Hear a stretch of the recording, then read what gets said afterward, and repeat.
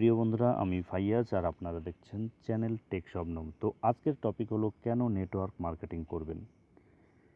কয়েকটা দৃষ্টান্তমূলক উদাহরণ দিয়ে আমি আপনাকে বোঝানোর চেষ্টা করব। গত 5 থেকে 6 বছর কি 7 বছর আগে একটু মনে করে দেখুন, প্রত্যেকটা অলিতে গলিতে কিন্তু পিসিও ছিল। আজ প্রত্যেকটা মানুষের পকেটে কিন্তু স্মার্ট মোবাইল, এবং এই স্মার্ট মোবাইল হওয়ার কারণে সেই পিসিওগুলো কিন্তু উধাও হয়ে গেছে। সেই পিসিওগুলো কনভার্ট হয়ে গেল কিসের দোকান? মোবাইল রিচার্জ এবং মোবাইল রিপেয়ার এবং মোবাইল বিক্রির দোকান। তো আগামী দিন আসছে মোবাইল রিচার্জও বন্ধ হয়ে যাবে। কারণ কি? আপনার কাছে স্মার্ট মোবাইল আছে, আপনি পেটিএম ইউজ করছেন, আপনি পেটিএম থেকে সমস্ত পেগুলো করছেন, মোবাইল রিচার্জ, ইলেকট্রিক বিল থেকে শুরু করে এভরিথিং। আবার পাশাপাশি আপনি এটিএম ইউজ করছেন, সমস্ত কিছু পেমেন্ট করছেন এটিএমের মাধ্যমে। তাহলে সেই দোকানগুলো কী হবে? সেই দোকানগুলো মোবাইল রিপেয়ার এবং মোবাইল বিক্রির ওপরে জোর দিয়ে নিজেদেরকে টিকে রাখবে। তার মানে ওরা নিজেদেরকে পরিবর্তন করে নিল। চলুন আমি আজকে কোডাক কোম্পানির কথা বলি। কোডাক কোম্পানির 85% যা ফটোগ্রাফি পেপার তৈরি করতো, পৃথিবীর যা ফটোগ্রাফি পেপার লাগতো 85% তৈরি করতো, এবং তার লোক সংখ্যা, কর্মচারী সংখ্যা ছিল 1,70,000। সেই কোম্পানি আজকে দেউলিয়া, তার কর্মচারীরা বেকার। আরও একটা দৃষ্টান্তমূলক উদাহরণ আপনাদেরকে দিই, সেটা হলো নোকিয়া মোবাইল। নোকিয়া মোবাইল আজকে মার্কেট থেকে উধাও। কারণ কি? সমসাময়িক সমাজ জীবনের সঙ্গে তাল মিলিয়ে চলতে পারেনি, কারণ সে অ্যান্ড্রয়েডকে গ্রহণ করেনি, অ্যান্ড্রয়েড সফটওয়্যারকে গ্রহণ করেনি। সেই জন্যই কিন্তু ও পিছিয়ে পড়েছে এবং আজকে মানুষ তাকে ত্যাগ করেছে।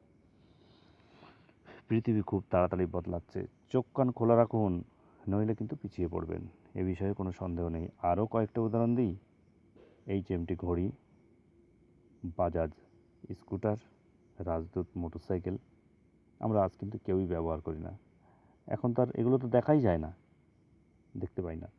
আবার পাশাপাশি দেখুন, আজকে উবের কোম্পানির কথা বলি। উবের শুধু একটা সফটওয়্যার কোম্পানি, কিন্তু উবের একটা সফটওয়্যার কোম্পানি হয়েও আজকে পৃথিবীর সর্ববৃহৎ ট্যাক্সি কোম্পানি। কারণ এই নেটওয়ার্কটাকে ইউজ করেছে। আজকে সেও কিন্তু নেটওয়ার্ক মার্কেটিং করছে, এটা ভাববেন না যে নেটওয়ার্ক মার্কেটিং করছে না, ও কিন্তু নেটওয়ার্ক মার্কেটিংয়ের মাধ্যমেই কিন্তু বিজনেস করছে। দেখুন, আমরা খুব আদর করে তাকে গ্রহণ করছি, আমরা তাকে ব্যবহার করতে বাধ্য। চলুন আরও একটা উদাহরণ আমি আপনাকে দিয়ে দিই। আগামী দিন আসছে ড্রাইভারবিহীন গাড়ি চলবে, পেট্রোলবিহীন গাড়ি চলবে। তাহলে সেই সময় আপনি কি করবেন? আপনাকে একটা খুব সহজ ভাষায় বলি, গরুর গাড়ির চাকা ভেঙে যায়, মোটর বাইকের চাকা ভেঙে যায়, তাই বলে কি গরুর গাড়ির যুগে ফিরে যাবেন? তা তো নয়। তাহলে আপনাকে তো এগিয়ে যেতে হবে আরও। আপনি আজকে মোটরসাইকেল চালাচ্ছেন, আগামীকাল 4 চাকা চালাবেন, তাই না? এটাই তো চিন্তাভাবনা থাকে। অর্থাৎ নিজেকে ডেভেলপ করতে হবে। তো ডেভেলপ করতে হলে আপনাকে কিন্তু নেটওয়ার্ক মার্কেটিং করতে হবে, এছাড়া কিন্তু কোনো পথ নেই। সময়ের সঙ্গে আপনাকে পথ চলতে হবে। কারণ নেটওয়ার্ক বিজনেসের সঙ্গে যদি আপনি জড়িত না থাকেন, তাহলে কিন্তু আগামী দিনে আপনার ইনকাম কমতে থাকবে ধীরে ধীরে। কারণ এত বেশি রোবোটিক ইউজটা চলে আসবে যে মানুষ অনেক বেশি কর্মহীন হয়ে পড়বে। তো কর্মহীন হয়ে যেতে না পারেন, তাই এখন থেকে নেটওয়ার্ক মার্কেটিংটা শিখুন, বুঝতে শিখুন। আগামী দিনগুলো ভয়ঙ্কর আসছে। আপনাকে একটা দৃষ্টান্ত এখানে টেনে দিয়ে আমি আমার অডিওটা শেষ করব, আমার কথা বলা শেষ করব।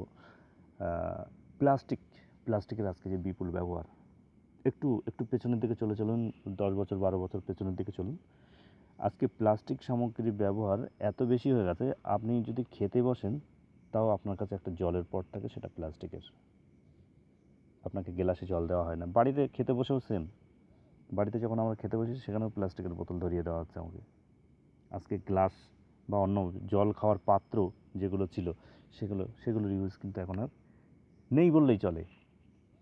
তো প্লাস্টিক কোম্পানিগুলো যখন প্রথম মার্কেটে আসে, তখন সবাই ইগনোর করেছিল, অর্থাৎ কেউ গ্রহণ করেনি ঠিকঠাকভাবে। আজকে দেখুন, আপনি আপনার বাড়ির চারপাশ একটু ঘুরে দেখুন, আপনার বাড়ির মধ্যে ঘুরে দেখুন, প্লাস্টিকের সামগ্রী এত পরিমাণে আপনার বাড়িতে রয়েছে যে আপনারই কল্পনার বাইরে, আপনি ভাবেনই কোনো দিন যে আপনার বাড়িতে এত বেশি প্লাস্টিক সামগ্রী আছে। একেবারে রান্নাঘর থেকে শুরু করে বেডরুম, অর্থাৎ কিচেন রুম থেকে শুরু করে বেডরুম, সমস্ত জায়গা থেকে প্লাস্টিকের দ্রব্য আপনার বাড়িতে ছড়াছড়ি। তো নেটওয়ার্ক মার্কেটিংটা ঠিক এইরকমই। আজকে আপনি হয়তো ইগনোর করছেন, আপনার হয়তো ভালো লাগছে না, আপনার ধৈর্য থাকছে না, বাট আগামী দিনে কিন্তু আপনাকে এখানে আসতে হবেই বাধ্যতামূলক। আপনার সঙ্গে আমার চ্যালেঞ্জ থাকলো। আশা করি আমার কথাগুলো বুঝতে পেরেছেন। যদি আমার কথাগুলো ভালো লাগে তাহলে বন্ধুদেরকে শেয়ার করতে ভুলবেন না। আর চ্যানেল সাবস্ক্রাইব করতে আমি বলবো না, কারণ আপনার বন্ধুকে শেয়ার করলেই আমি খুশি হব।